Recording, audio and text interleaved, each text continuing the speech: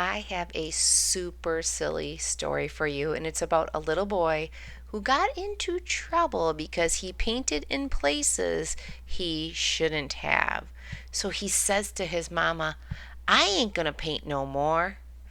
Well, he isn't able to hold up to that statement that he makes. Our author is Karen Beaumont, and our illustrator is somebody you might recognize.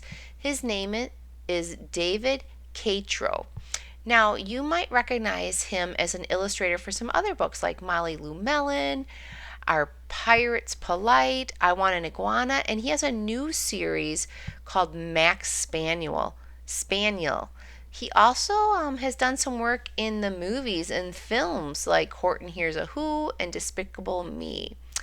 I want you to be listening and noticing that there's some rhythm and rhyme that the author Karen Beaumont used to write this story. Now, the little boy is telling this story, he's the narrator.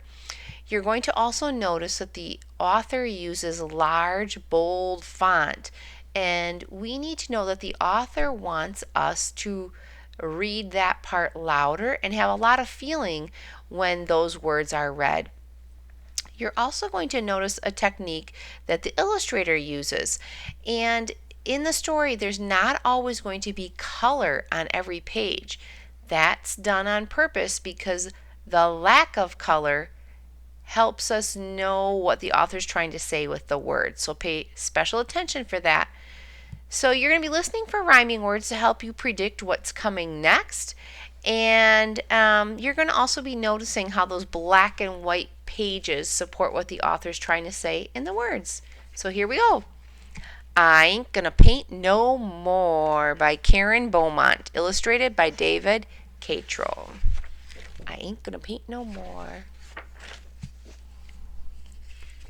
Lots of color in this. I ain't gonna paint no more. One day, my mama caught me painting pictures on the floor and the ceiling and the walls and the curtains and the door. And I heard my mama holler like I never did before.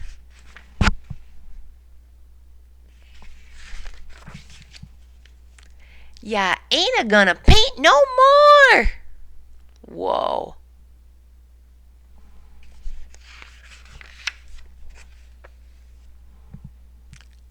I ain't gonna paint no more, no more. I ain't gonna paint no more. Look at the only place there's color.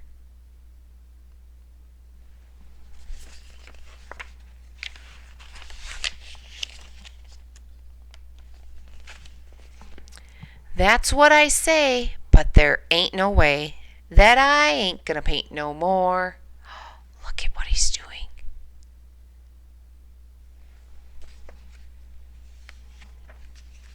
So I take some red and I paint my. Now see if you can use the rhyming word to help you. And look at the dog peeking around the corner. And I paint my head. Now I ain't gonna paint no more. Ah, what the heck? Gonna paint my. See if you know what's gonna rhyme. Neck. Now I ain't gonna paint no more. Still, I just can't rest till I paint my. Rest rhymes with chest. Now I ain't gonna paint no more. Guess there ain't no harm if I paint my. Look at that dog. Arm. Now I ain't gonna paint no more. I ain't gonna paint no more, no more. Ain't gonna paint no more. But I just can't stand not to paint my. Stand rhymes with hand. Now I ain't gonna paint no more. Then I see some black, so I paint my. Black rhymes with. What could he paint next? Back. Now I ain't gonna paint no more. Like an Easter egg, gonna paint my. Let's Let's see, egg rhymes with, what's he going to paint next? Leg. Now I ain't going to paint no more. Look at that, looks just like an Easter egg. Still, I ain't complete till I paint my complete rhymes with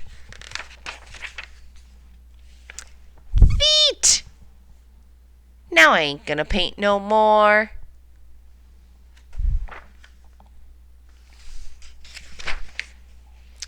I ain't gonna paint no more, no more. Ain't gonna paint no more. But I'm such a nut, gonna paint my what? I wonder what you thought he was going to say. You all don't faint 'cause there ain't no paint. So I ain't gonna paint no more. What a mess. Even the dog's getting a bath now. This is how the illustrator ends the story. All kinds of paint all the way through the book.